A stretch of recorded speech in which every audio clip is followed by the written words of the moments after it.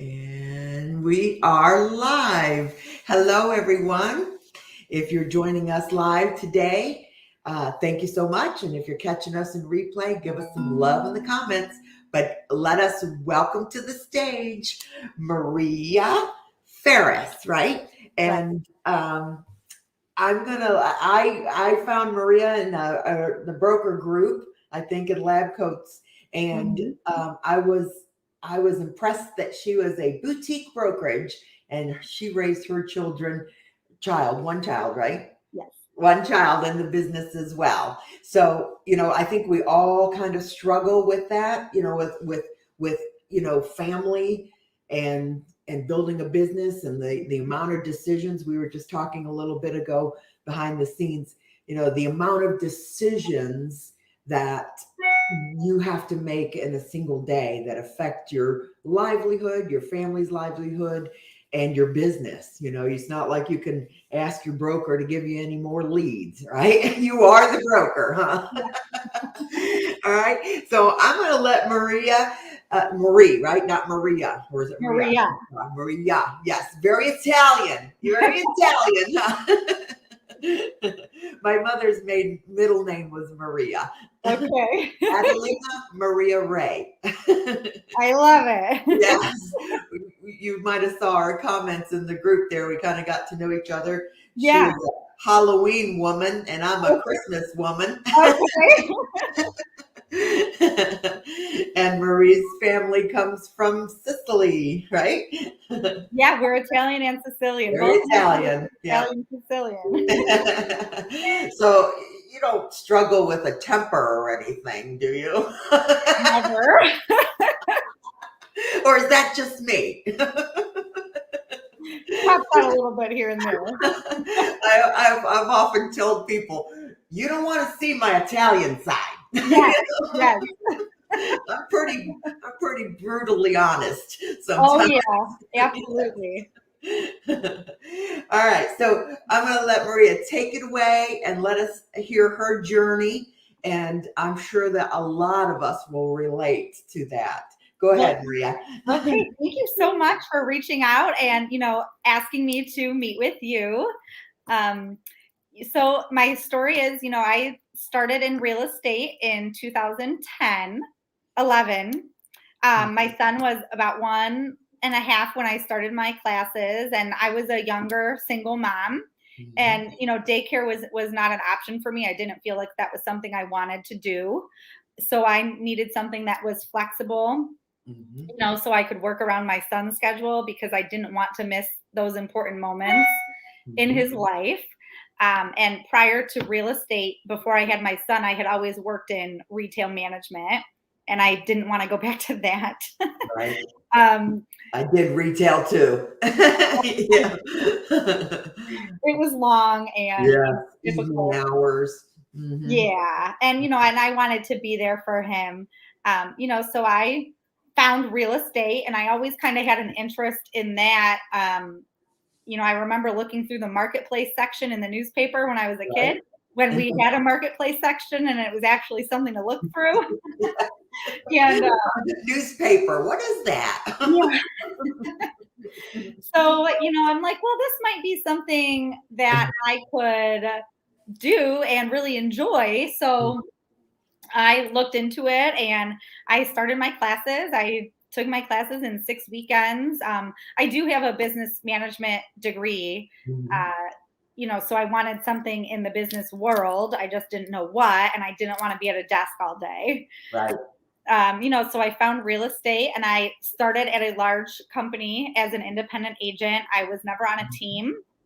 I learned a lot that first year or two in real estate. I learned a lot that I liked and a lot that I didn't like from a large corporate brokerage. Mm-hmm. So I had switched brokerages a couple of times, and in 2017, I was at a brokerage that was awful. It was a property management company and an investment company and a brokerage, and there was lots of leasing involved. And it was at that point that I was kind of like, that I realized I didn't need to go back to school to get my broker license. I already had all of the requirements. So I Mhm. basically just studied. I'm like, I have learned a lot over the past 5 years that I liked and things that I didn't like. So why don't I just turn those things around and I can do it on my own? Mhm. Because when I was younger, I never wanted to have a brokerage Right. Right. and take on all of this liability and responsibility. And this was probably the best thing that I've done. I, Yeah. I really enjoy it, and my own boutique brokerage is the place that I belong. I know that, and I wanted a brokerage so I can better serve my agents and my clients and be more hands-on with my agents. And if one of them has an idea, you don't have to run it up the corporate ladder, and we can talk about it and Mhm. go Mhm. from there and come up with a solution. Right. Now, what would you say? Like a lot of people will, I hear a lot of agents be concerned about the initial investment when they're starting their brokerage. Mm-hmm. I don't know about you, but my husband and I started on our dining room table. I mean, Pretty we got much. an occupational license for our home address, and for Hmm. 5 years we Yeah. had a home office. Yeah. And uh, we were making money hand over fist. We didn't have any overhead. Yes, absolutely. I did have a small office space to start, Hmm. um, because I do need to get out a little bit Right. to work, so I'm not Hmm. so distracted at home. Right. Yeah. Um, and I do have, I work from home the majority of the time. Yeah. I do have an office space that my agents can go to and work, and I don't think any of us are there every single day.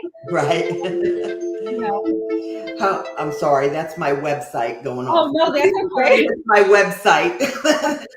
All day long, that thing goes off. That's okay. That's what you want.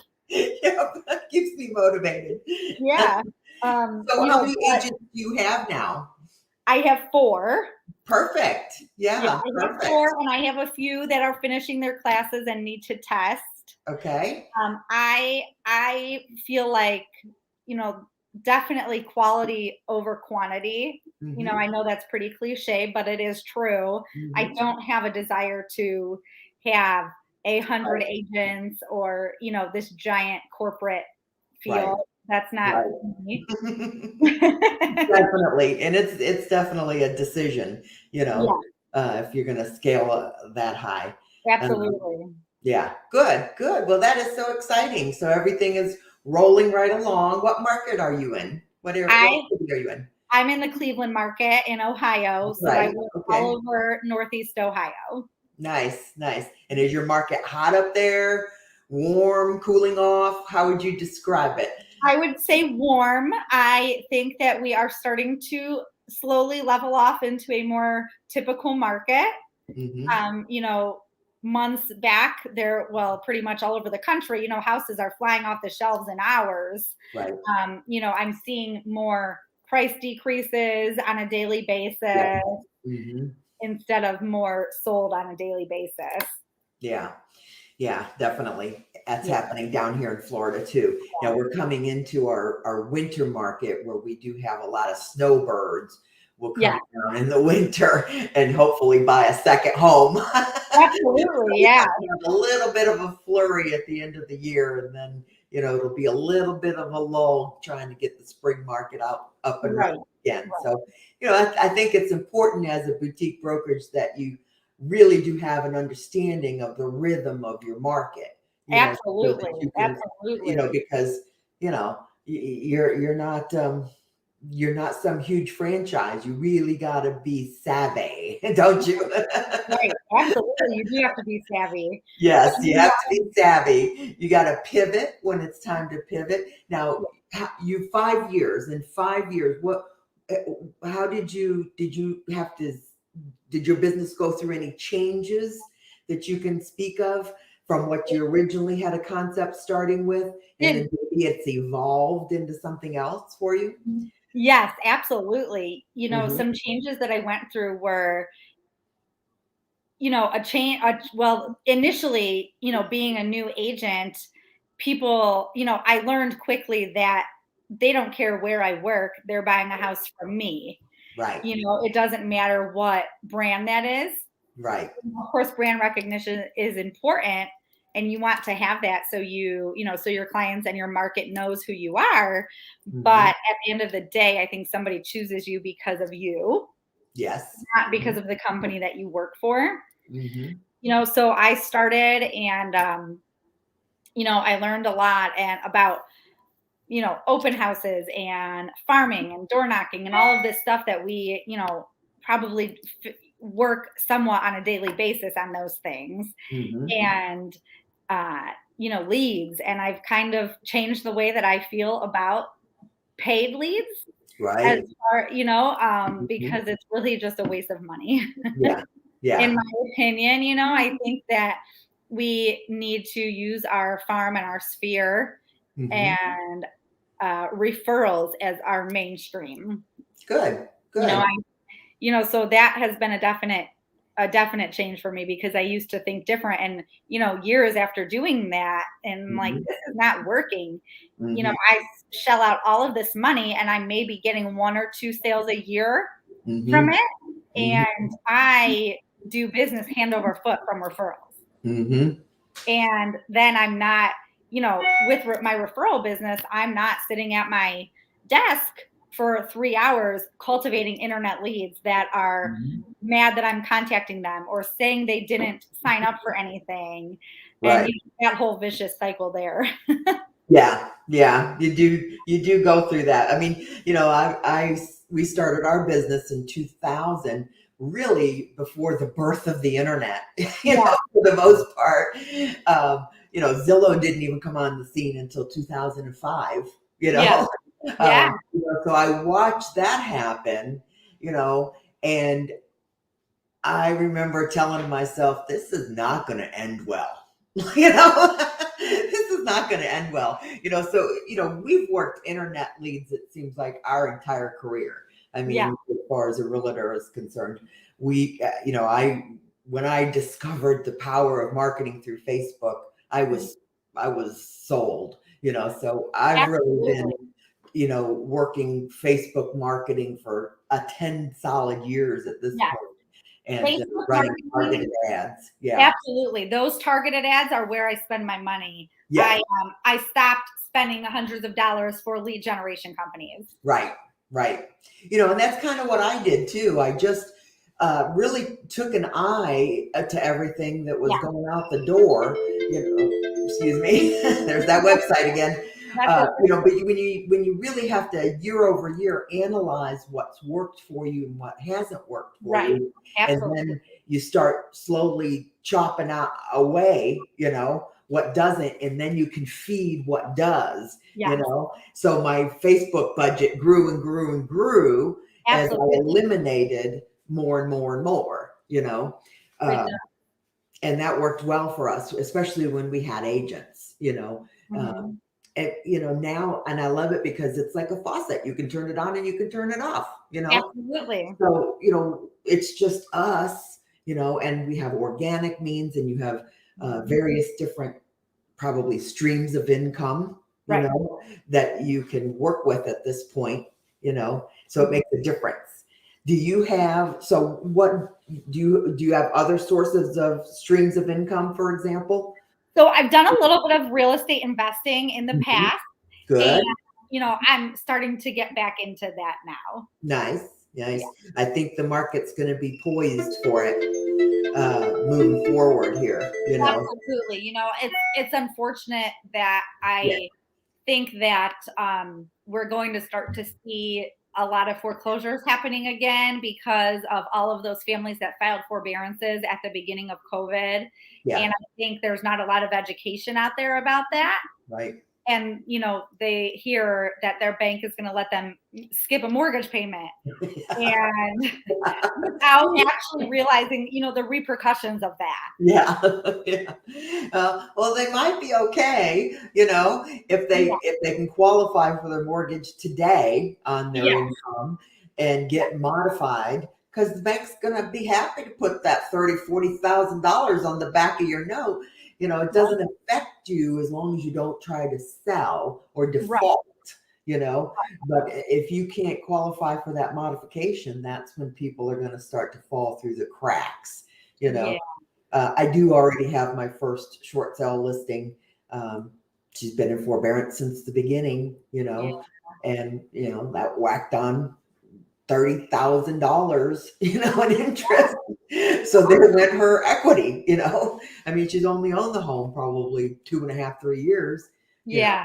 so It's sad. And I think yeah. that is going to be happening. hmm That's the truth. So what is in your market, is there like a key element that you think is selling at this point? Like it's certain investors, we have a lot of rehab projects, a lot of rehabbers are picking up. I think, I think what's lucrative right now is um, like probates, Mm-hmm. and, investor type stuff. Mm-hmm. Do you ever dabble in that a little bit? I don't really work with many investors. Yeah. We in Cleveland itself, Yeah. the Cleveland city, there are tons and tons of investors and rentals, and those investors are out of state because they know that in Cleveland you can get a house for 20, 30 grand, maybe Wow. put 20 into it to make habitable for a Section 8 tenant.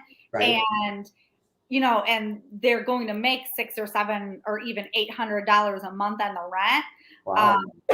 But I personally do not care to work with those Yeah. type of clients because then I'm having to do all of the legwork for them, and I don't care to go to that area.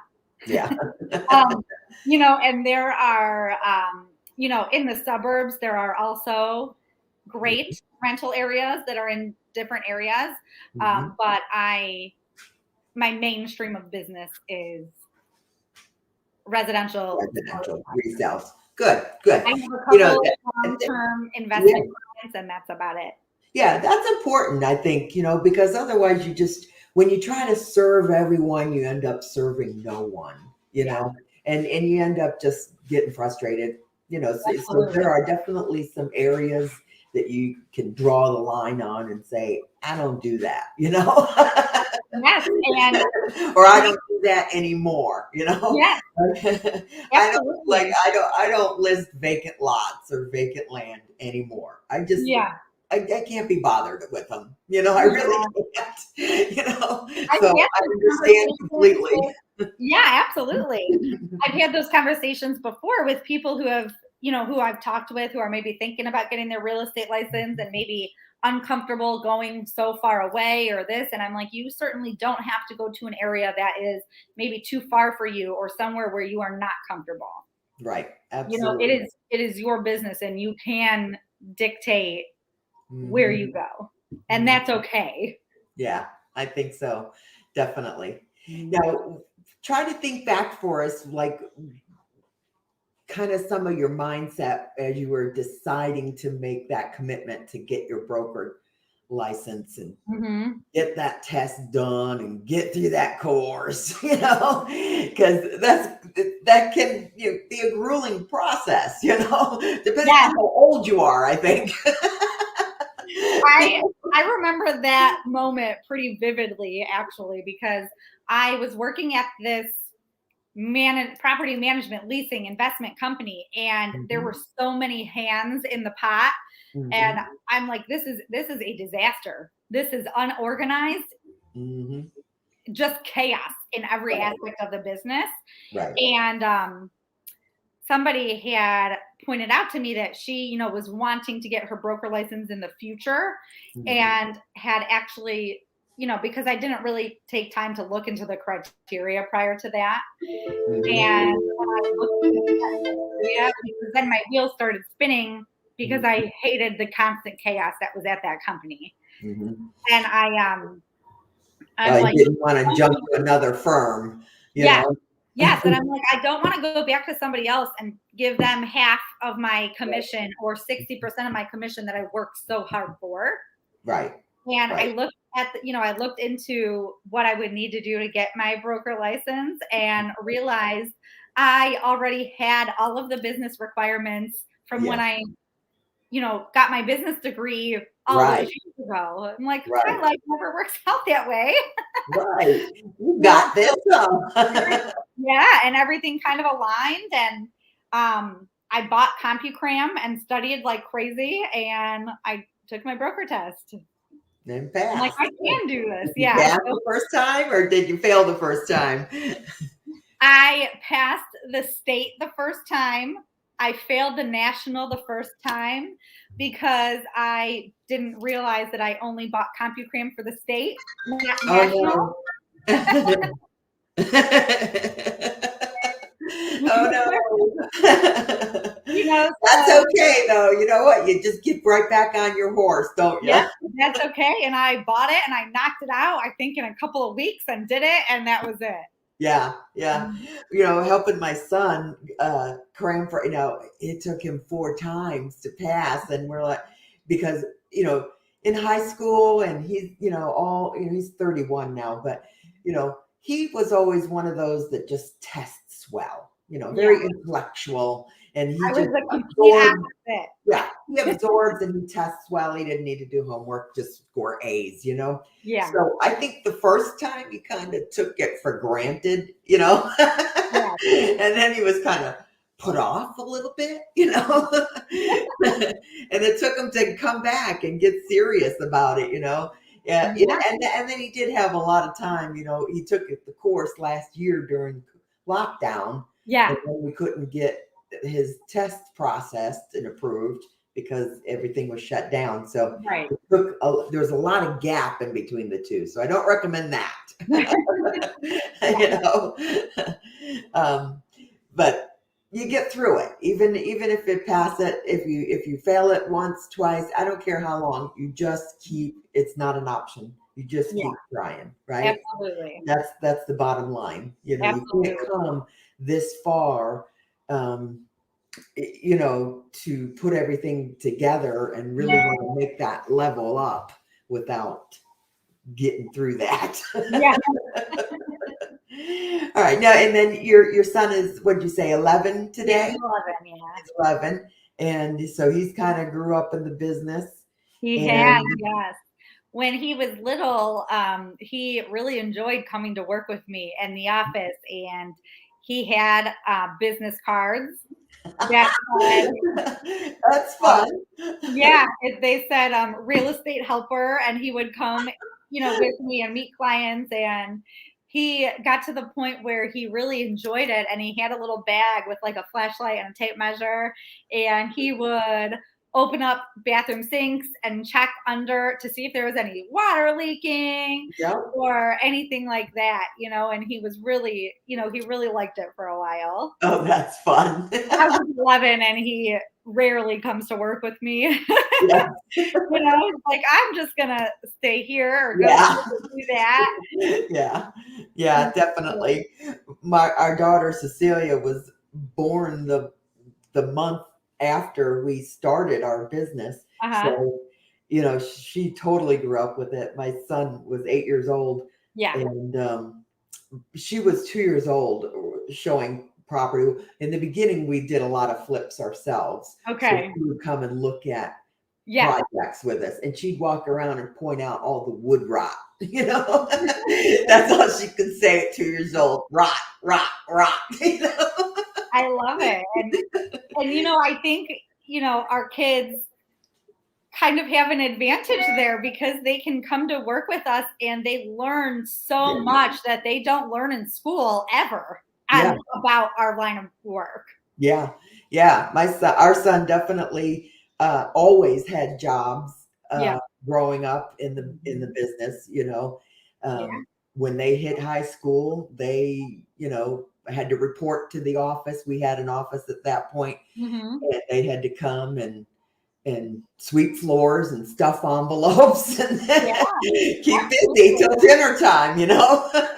They weren't allowed to go running around, or they had a little bit of time before they had to get to the office, but they had to show up. Absolutely. Oh yeah, I have always worked. I started working. My first job was at the ice cream store around the corner from my house, and I was 13 or 14. Yeah.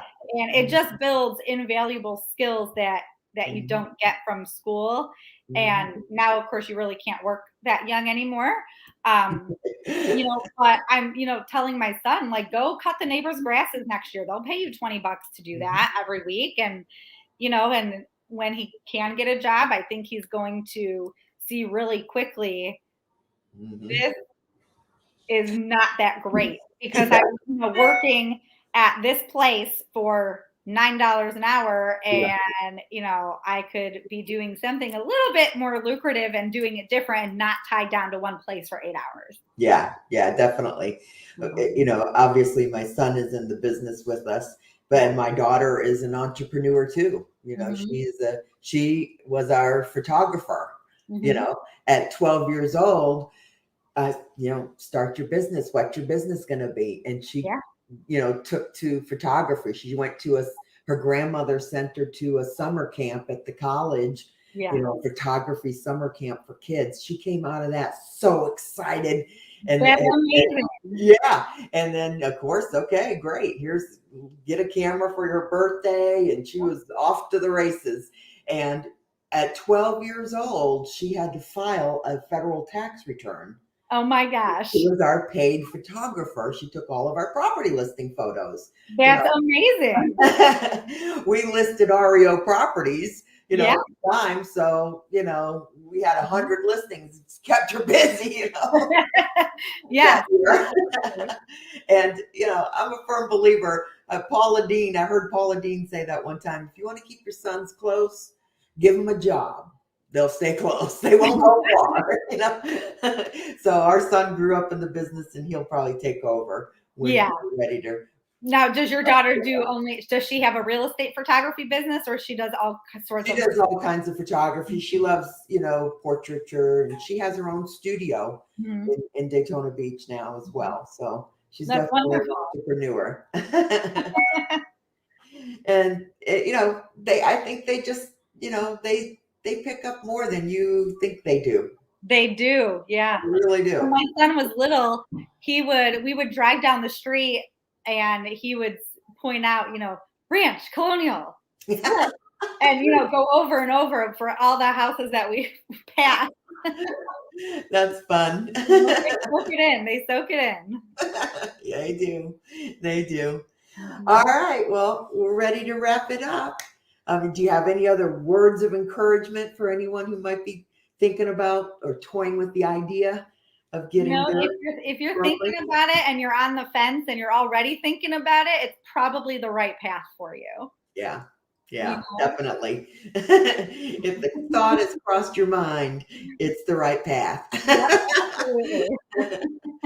Okay. Well, thank you so Thank much, you Maria. so I much. It was appreciate so it. nice to talk with you. And I'll see you in the group. Yeah, thank you. Bye bye.